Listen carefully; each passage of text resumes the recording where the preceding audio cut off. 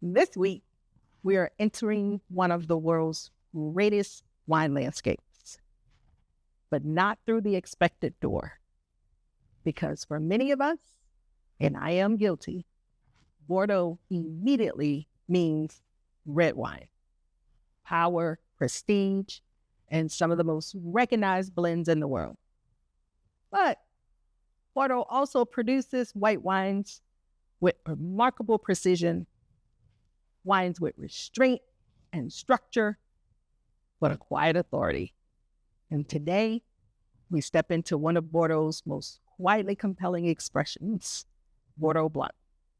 And by the end of this episode, you may find yourself saying, I did not realize Bordeaux white wines could be this serious.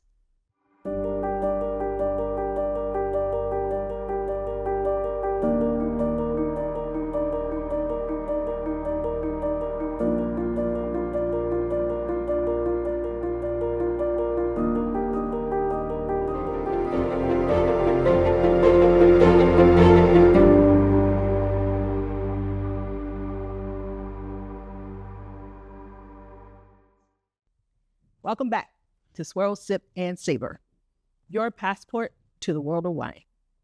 I'm your host, Beatrice Gautreaux. Travel with me as we explore wine around the world, one region, one bottle, one glass at a time. In our summer series, each stop introduces a white wine that reveals something distinctive about the place. Wines shaped by landscape, tradition, and a character that often exceeds expectation. Our journey so far has taken us along the Mediterranean coast of southern France, high into the Swiss Alps, across Italy's northeastern borderlands, and through the volcanic soils of southern Italy.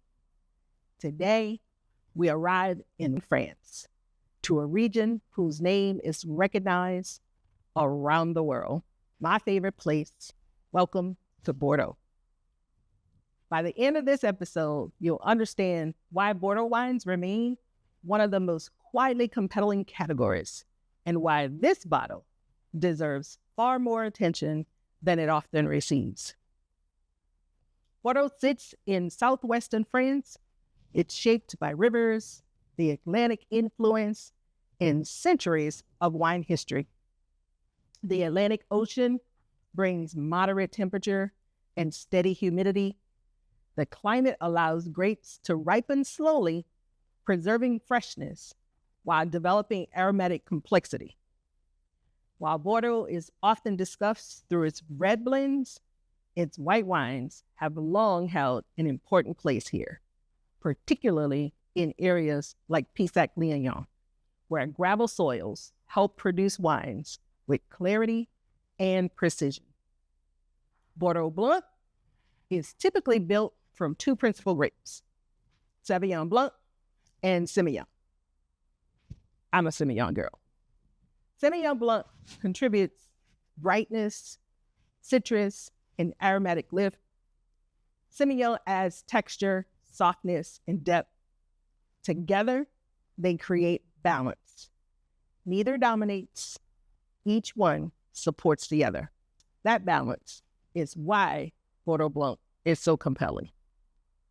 In the glass, you typically get aromas of citrus, white peach, grapefruit, some herbs, and a subtle note of floral tones. This wine is built through blending, where structure matters just as much as the aroma. In Bordeaux, blending is not simply tradition, it's philosophy. The region has long understood that complexity often comes not from a single voice, but from careful composition. And nowhere is that clearer than in its white wines. Because even when Bordeaux Blanc feels restrained, there's often remarkable architecture underneath the surface. Today's bottle is from Château Latour-Martillac, an estate in Pessac-Léognan known for producing both red and white wines with strong regional identity. Its whites Typically, it's led by Sauvignon Blanc and then supported by Sémillon. The gravel-rich soils here play an important role.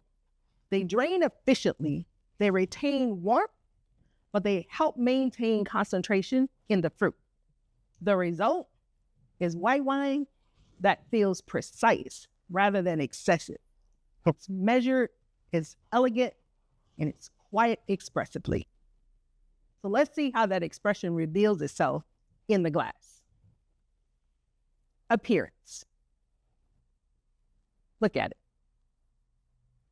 That's a beauty. It's actually one of my favorite wines, so I'm kind of geeking out a little bit. But there's pale lemon here in the glass. There's that reflection along the rim. Let's see what it tastes like.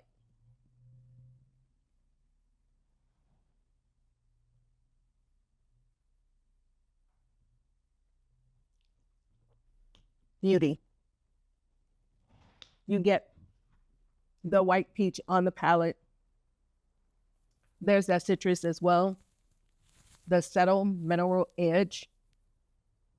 But this wine opens with freshness. The acidity gives it energy. The texture you feel on the mid palate. This is where Sémillon starts to reveal itself because it softens those edges, adds shapes across the palate. You get flavors of stone fruit together with the citrus.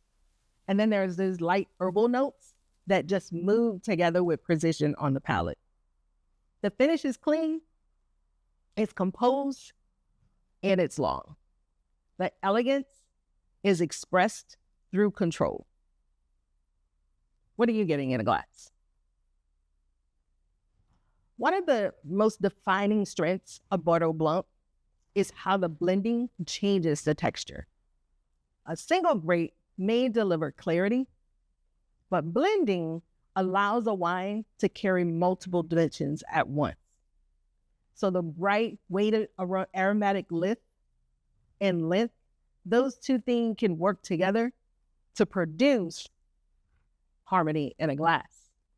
This is one of the reasons Bordeaux remains one of the most studied wine regions in the world, because its wines often reveal how technique and terroir work together. Let's talk about what you want to pair it with. It pairs beautifully with foods that reflect the same precision in the glass. Oysters, grilled, if you like grilled oysters. Sea bass, roasted chicken. What else do you think for my foodies out there that would go well with this wine? Almost any soft cheese. The texture of this wine actually helps to make the foods comfortably dance in harmony with it. If it's weighted enough to hold its own against those richer preparations in the dish. So try Bordeaux Blanc if you haven't, because it reminds us that great regions often still hold surprises. Because behind Bordeaux's global reputation for red wine is its white wine tradition, built on restraint, clarity, and detail. And wines like this invite us to pay attention to what often sits just outside of the spotlight. So the next time you see Bordeaux on the shelf, pause before you extensively reach for that red, like I would probably do. Consider instead, or buy both, Bordeaux in another register. Next week, our journey continues east to a wine shaped by mountain light and one of Europe's oldest indigenous traditions. We head to Greece, where volcanic light, sea winds, and one of the world's oldest grape traditions await us. Until then, the glass tilts and aromas rise, and we remember that wine is more than what's in the bottle. It is people, it is place, it is memory, and it is discovery. Cheers.